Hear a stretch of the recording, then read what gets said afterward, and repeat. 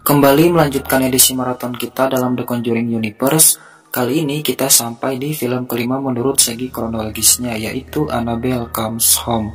Jika film sebelumnya disutradarai oleh James Wan, maka untuk film ini disutradarai oleh Gary Dauberman dan dirilis pada tahun 2019. So, tanpa berlama-lama lagi, kita langsung saja menuju rangkuman filmnya. Seperti biasa, buat kalian yang belum pernah menonton filmnya sama sekali, kita kasih peringatan terlebih dahulu jika video ini mengandung spoiler konten. Dan oke Juripers, ini dia Annabelle Comes Home.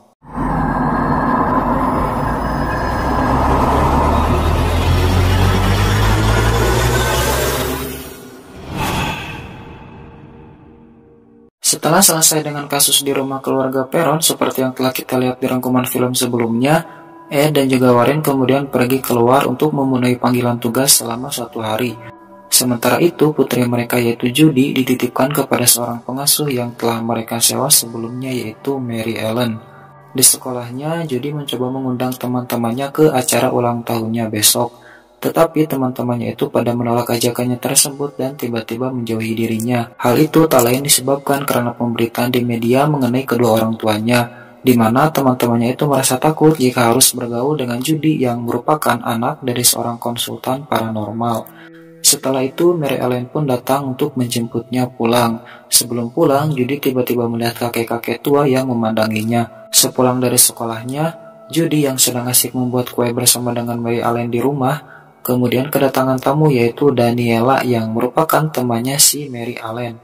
Si Daniela ini merupakan seorang wanita yang nyebelin banget, di mana dia adalah wanita yang tidak sopan, tidak tahu ada bertamu dan juga kepoan. Dan karena sikapnya itu, Mary pun mengizinkannya masuk tetapi tidak untuk berlama-lama. Di sana, Daniela yang sebelumnya tahu dari Mary Ellen jika besok adalah hari ulang tahun Judy, kemudian memberikannya kado berupa sebuah sepatu roda. Setelah mendapatkan sepatu roda, Judy pun meminta Mary Ellen untuk menemaninya memainkan sepatu rodanya itu di luar. Awalnya Mary menolaknya karena dia takut jikalau Daniela akan macam-macam di rumah Judy selagi mereka berdua berada di luar. Tapi dikarenakan Judy yang kekeh, akhirnya Mary pun menurutinya dan memperingatkan Daniela agar tidak menyentuh apapun di rumah itu.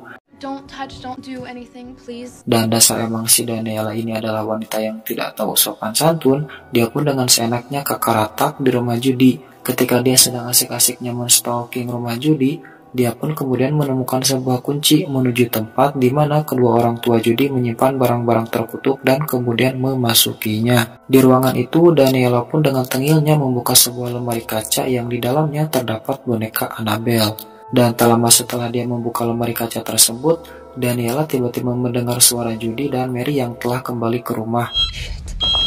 Mengetahui itu, Daniela pun dengan segera meninggalkan ruangan itu tanpa mengunci kembali lemari tempat boneka Annabelle disimpan. Setelah kejadian itu, di rumah Judy kemudian mulai muncul kejadian-kejadian supranatural. Di antaranya adalah Daniela yang tiba-tiba melihat sosok ayahnya kembali di rumah Judy, yang dimana di film ini diceritakan jika ayah Daniela telah meninggal. Selain itu, di kamar Judy, ia juga melihat sosok supranatural jahat yang menyerupai seorang wanita bergaun putih. Setelah kejadian itu, Judy kemudian bercerita kepada Mary jika dia terkadang suka melihat hal-hal aneh layaknya Lorraine ibunya. Di tempat lain, Daniela kembali dengan tengil melihat-lihat dokumen milik keluarga Warren. Di sana, dia menanyakan kepada Judy tentang foto mayat yang di matanya ditempel sebuah koin. Judy pun memberitahunya jika mayat tersebut adalah mayat korban dari The Ferryman. Alasan mata mayat tersebut ditempeli koin adalah untuk membayar Ferryman agar jiwa mayat tersebut dibawa ke alam baka. Tak sampai di situ, Daniela juga menemukan foto sebuah benda yang dimana benda tersebut Judy katakan adalah benda yang bisa membuat seseorang berbicara dengan orang yang telah tiada. Setelah mereka membahas hal-hal yang menyeramkan, Mary yang merasa tidak nyaman pun mengajak mereka untuk melakukan hal lain, dan mereka bertiga pun akhirnya memainkan sebuah permainan bernama Valley Melee. Dan di tengah mereka sedang bermain, mereka tiba-tiba mendengar seseorang mengetuk pintu rumah yang setelah Mary cek, ternyata orang itu adalah Bob. Si Bob ini adalah tetangga sebelah keluarga Warren yang diam-diam menyukai Mary. Dan si Mary juga ternyata diam-diam menyukai Bob. Hi. Hi, Mary Ellen.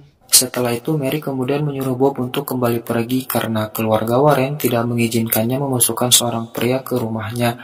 Sementara itu di rumah, Judy yang hendak mengambil remote TV di kolong mejanya kemudian tiba-tiba didatangi oleh boneka Annabelle. Malam pun tiba dan Judy pun hendak tidur, tetapi baru saja Judy akan tidur, Judy dan yang lainnya tiba-tiba mendengar seseorang yang sedang bernyanyi di luar rumah. Dan setelah dicek ternyata itu adalah Bob yang sedang bernyanyi dengan tujuan merayu Mary. Setelah cukup melihat Bob bernyanyi, mereka bertiga pun kembali ke rumah. Sementara itu, Bob yang tengah sendiri di luar tiba-tiba didatangi oleh seorang manusia serigala dan kemudian melarikan diri. Beralih ke tempat Daniela, dia pun pamit kepada Mary untuk kembali pulang. Dan ketika Daniela hendak pulang, dia tiba-tiba mendapati kunci ruangan artefak milik keluarga Warren yang lupa dia kembalikan. Dan hal tersebut otomatis membuatnya harus kembali ke ruangan artefak milik keluarga Warren. Di kamar Judy, Mary menceritakan tentang kematian ayah Daniela kepada Judy, di mana ayah Daniela itu mati karena sebuah kecelakaan mobil dan pada waktu kecelakaan, Daniela lah yang mengemudikan mobil ayahnya. Semenjak kematian ayahnya itu, Daniela pun sering menyalahkan dirinya sendiri. Kembali ke Daniela yang kini sedang berada di ruangan artefak terkutuk milik keluarga Warren. Di sana dia menemukan sebuah benda yang sebelumnya dikatakan oleh Judy bisa membuat seseorang bertemu dan berbicara dengan orang yang telah mati. Daniela yang memang sangat terobsesi untuk kembali melihat ayahnya pun kemudian mengambilnya. Dan setelah Daniela mengambilnya, dia pun berhasil bertemu kembali dengan sosok ayahnya. Namun sosok ayahnya yang dia lihat itu ternyata adalah sosok jahat yang kemudian menerornya. Di rumah, Mary yang mendengar suara dari kamar Judy kemudian mendatanginya dan betapa terkejutnya dia ketika melihat Judy yang kini sedang tidur bersama boneka Annabelle.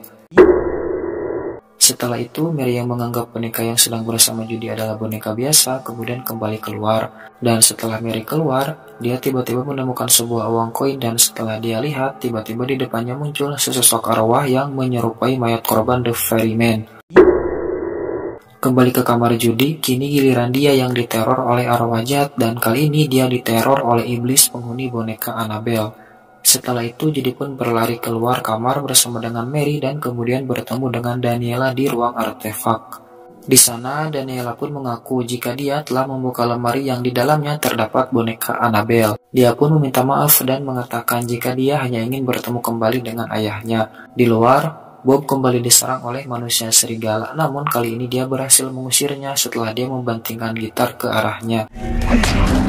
Kembali ke rumah, Daniela didatangi oleh sosok arwah jahat yang kemudian mengambil alih tubuhnya. Sementara itu, Judy dan Mary yang telah mengetahui Daniela telah dirasuki, berencana untuk mengembalikan boneka Annabelle ke tempatnya semula dengan harapan semua teror di rumahnya akan berakhir. Dan tak lama setelah itu mereka berdua pun akhirnya menemukan boneka Annabelle yang tiba-tiba memasuki sebuah ruangan. Melihat itu, Mary pun segera bergegas masuk untuk mengambil bonekanya. Di ruangan itu, Mary pun mengambil boneka Annabelle dari pangkuan seorang mayat korban The Ferryman yang mirip dengannya. Setelah berhasil mendapatkan bonekanya, mereka pun segera pergi ke tempat lemari kaca tempat bonekanya disimpan. Tapi belum juga mereka bergegas, Daniela yang kini tubuhnya telah diambil alih sementara oleh arwah jahat, kemudian menyerang Mary dan mencoba membunuhnya. Namun Judy kemudian menyalakan rekaman video ayahnya yang berisi kalimat pengusiran setan yang membuat Daniela kembali ke keadaan semula. Setelah itu, Judy dan Mary pun mencoba memasukkan bonekanya kembali ke dalam lemari kaca. Namun Mary yang mencoba menutup pintu lemarinya tiba-tiba kesulitan karena arwah jahat penghuni boneka itu mencoba untuk menghentikannya. Tetapi tak lama dari itu, Daniela yang kini telah sadar kemudian datang dan berhasil mengunci kembali boneka Annabelle di lemari tempat boneka itu disegel. Setelah mereka berhasil mengembalikan kembali boneka Annabelle ke tempatnya semula, keadaan pun kembali normal seperti sedia kala. Dan tak lama dari itu, Bob kemudian datang dengan gitar bututnya menemui mereka bertiga. Is it over? Keesokan paginya, ibu dan ayah Judy kemudian kembali pulang ke rumah dan kemudian merayakan ulang tahun Judy. Di pagi itu, Judy merasa sedih karena ulang tahunnya tidak bisa dihadiri oleh teman-temannya. Namun tak lama dari itu, Mary dan Daniela kemudian datang beserta dengan Bob yang kini telah menjadi pacar Mary. Tak sampai di situ, teman-teman Judy yang tadinya menolak undangan Judy kemudian tiba-tiba datang ke acara ulang tahunnya. Setelah mereka semua diyakinkan oleh Daniela jika mereka tidak harus takut untuk berteman dengan Judy. Di tengah acara di ruangan artefak, Daniela kemudian meminta maaf kepada Lorraine karena telah melepaskan boneka Annabelle dan bersikap tidak sopan di rumahnya. Sembari memberinya foto dia dan ayahnya, Lorraine pun memaafkannya dan menyuruh Daniela agar berhenti menyalahkan dirinya sendiri.